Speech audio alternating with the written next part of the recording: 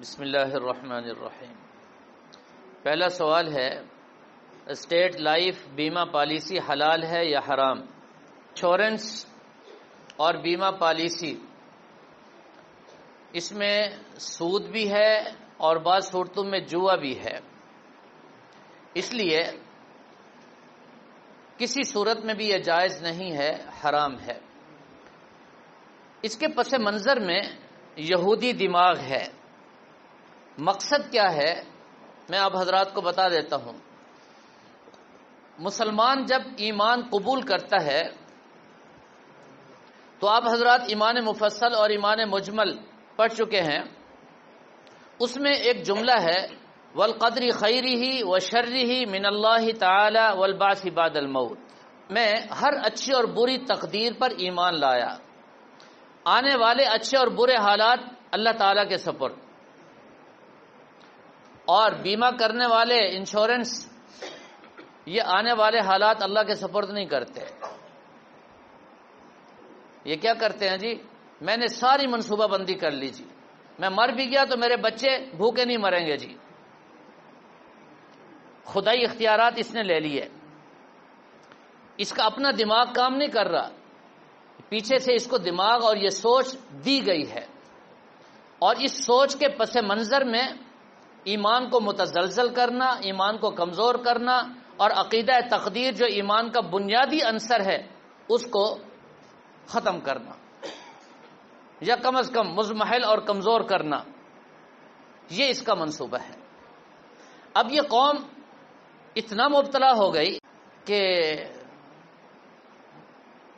بہت سارے حضرات کو اس کا متبادل نکالنا پڑا، تکافل کے نام پر پتہ نہیں کتنے ناموں سے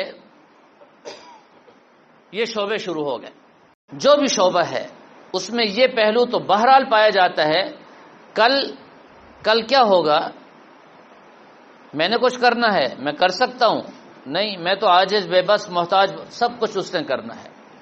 اگر تکافل نہ ہو، انشورنس نہ ہو تو میرا بچہ یہاں سے گیا، میں بچے کے لیے بھی دعا کروں گا اور گاڑی کے لیے بھی۔ اب میں بچے کے لیے دعا تو کرتا ہوں، گاڑی کی مجھے کوئی فکر نہیں، کیوں؟ اس لیے کہ اس کی انشورنس ہو چکی ہے جی۔ کیا ہوا جی؟ اگر وہ ٹوٹ بھی گئی اور ختم بھی ہو گئی تو کیا ہوا؟ کچھ بھی نہیں۔ کیا ملے گا جی؟ سب کچھ ٹھیک ہے جی۔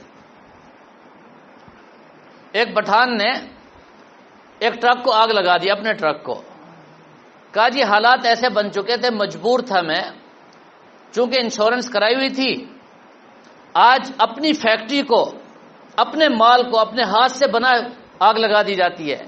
آپ نے نہیں سنا؟ سب کو معلوم ہے۔ کیوں جی؟ انشورنس ہے نا جی۔ ایک گاڑی کو تھوڑی سی کوئی خراش آ گئی تو ایک صاحب نے اس کا پورا گیٹ ہی توڑ ڈالا اور وہاں چلے گئے۔ پوچھا کیوں جی؟ کہا جی اس طرح اسی کی مرمت کرتے تو میرا دل یہ چاہے نیا لگنا چاہیے، مفت میں لگنا تھا نا۔ یہ کیا ہے؟ یہ سوچ، اس سوچ کے پیچھے کیا چیز ہے؟ ذرا آپ لوگ غور کریں، 10 دفعہ اس کو سوچیں۔ میں نے آپ کو اشارات تو دے دیے، اس سے بڑھ کر میں کیا کہہ سکتا ہوں؟ عقیدہ تقدیر کو تباہ کرنے کی سازش ہے۔ ہم نے اس کے تمام پہلوؤں پر غور کیا۔ کراچی میں ان کے جتنے مراکز ہیں، ہمارے اساتذہ نے ہمارے ذمے لگایا کہ ہم وہاں جا کر ان کے ایک ایک پہلو اور ایک ایک جز کو دیکھیں اور اس پر قرآن و سنت کی روشنی میں پوری تحقیق کریں۔ اور یہ 1992 کی بات میں کر رہا ہوں، اس وقت ہم نے اس پر بہت بڑا کام کیا۔ اس کا نتیجہ ہم نے جو نکالا تھا وہ یہی تھا کہ دراصل یہ عقیدہ تقدیر کو اور مسلمان کے ایمان کو تباہ کرنے کی سازش ہے، اس لیے اس سے بچنا چاہیے، بہت زیادہ احتیاط کی ضرورت ہے۔